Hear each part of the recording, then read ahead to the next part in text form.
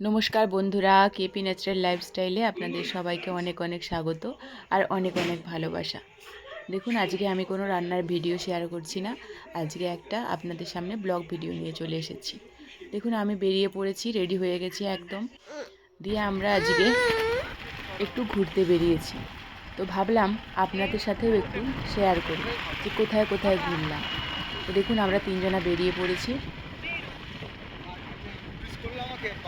তো চলুন দেখতে থাকুন কোথায় কোথায় ঘুরতে গেলাম।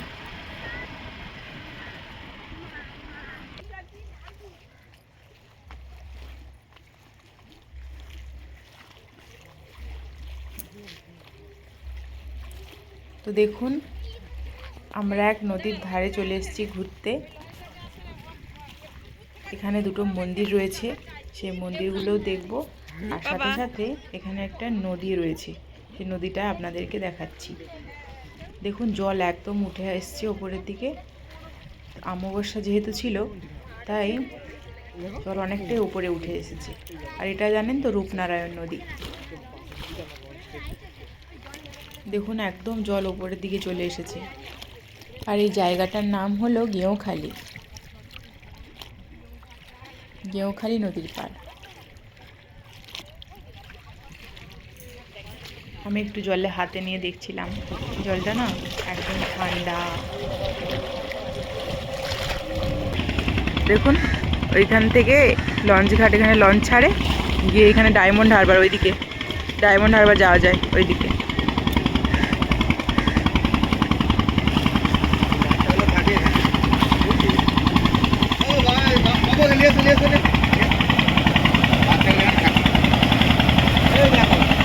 দেখুন মাছ ধরছে কেমন ছেলেগুলো। দেখুন, আমার পেছনে যে মন্দিরটা দেখা যাচ্ছে ওটা হলো লোকনাথ বাবার মন্দির। আর আমার হাজব্যান্ড আর ছেলে দাঁড়িয়ে আছে। হাজব্যান্ড বলছে চলে এসো, দেরি হয়ে যাচ্ছে, আবার পরে আসবো। চলে এলাম দেখুন লোকনাথ বাবার মন্দিরে।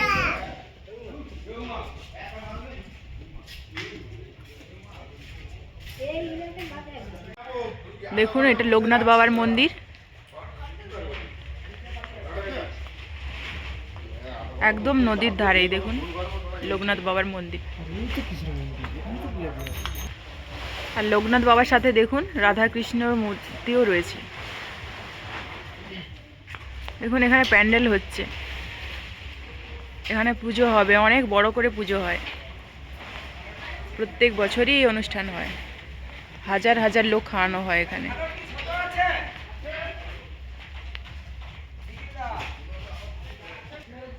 সব ভক্তরা এসে এখানে প্রসাদও গ্রহণ করেন এই মন্দিরে এসে। দেখুন, এই লোকনাথ মন্দিরের পাশে রয়েছে বাবা আনন্দেশ্বর মন্দির, শিব মন্দির রয়েছে। দেখুন,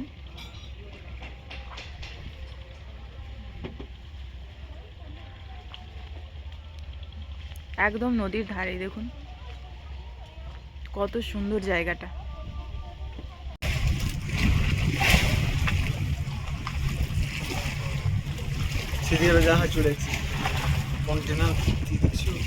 একটা জাহাজ দেখতে পেয়েছি, তাই আপনাদের দেখালাম। দেখুন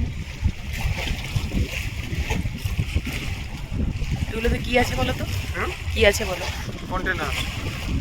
কি আছে? এগুলো সব এক একটা কন্টেনার, ওতে সব হলদিয়ার যে লজিস্টিক, ওখানে সব শিল্পাঞ্চলের মেটেরিয়াল আছে। সম্ভবত এটা চায়না থেকে আসছে, চায়নার পতাকা দেখে আমরা বুঝতে পারছি। ও আচ্ছা। চায়না, অস্ট্রেলিয়া থেকে সব ক্রুড অয়েল ওগুলো তো আসে। ক্রুড অয়েল আর কোনো মেটাল জাতীয় কোনো পদার্থ হবে মনে হয়, যেটা হলদিয়ায় যাবে, হলদিয়া বন্দরে নেমে ওটা এক একটা শিল্পাঞ্চলে গিয়ে সব। নিশ্চয়ই ভাবছেন নদীর পাড়ে ছিলাম, কোথায় চলে এলাম। তো এখান থেকে ফিরে আসার সময় দেখলাম যীশু খ্রিস্টের জন্মদিন উপলক্ষে পাশাপাশি দুটো চার্চে মেলা বসেছে। আমি একটু মেলাটা ঘুরেই যাই। তো এটা দেখুন প্রথম চার্চ। তো এখানে দেখুন কত সুন্দরভাবে সাজিয়েছে।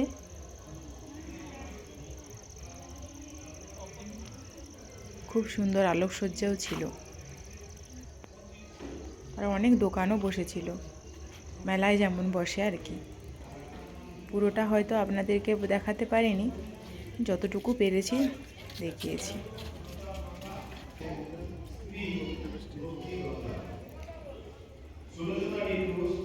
তার পরিবারের প্রত্যেক সদস্যের জন্য প্রার্থনা রাখছেন এবং তারা যেন সুস্থ শরীরে থাকতে পারে তার জন্য তিনি প্রভু যিশুর কাছে প্রার্থনা করছেন। এই বছর পারে তাই প্রভু যিশুর কাছে প্রার্থনা নিবেদন করছেন সুলোচনা ইস্কুস।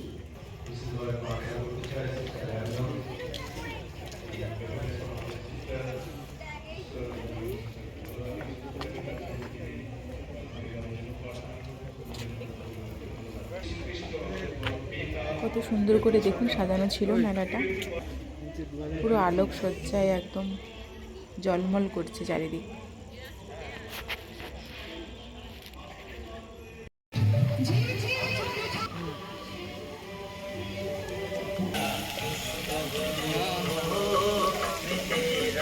চলুন এবারে দেখাই আপনাদের দ্বিতীয় চার্চটি।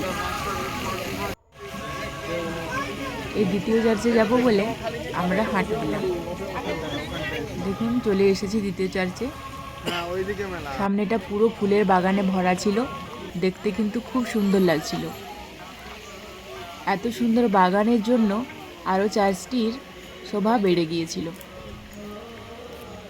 আমার এই ভিডিওটা কেমন লাগলো অবশ্যই কিন্তু কমেন্ট করে জানাতে ভুলবেন না। একটা মজার কথা কি জানেন তো, বাড়ি আমার এখানেই, কিন্তু কোনোদিনও এখানে আসা হয় না। এই প্রথম বছর আসলাম এই চার্চগুলিতে। তো দেখুন, মেলায় যাবো জিলিপি পাঁপড় ভাজা খাবো না তা কি হয়, তাই বাড়ির জন্য জিলিপি আর আমরা পাঁপড় ভাজা কিনে নিলাম খাওয়ার জন্য। তো ভিডিওটা আর বেশি বড় করব না আজ, তবে আসি, দেখা হবে নেক্সট কোনো ভিডিওতে। টাটা।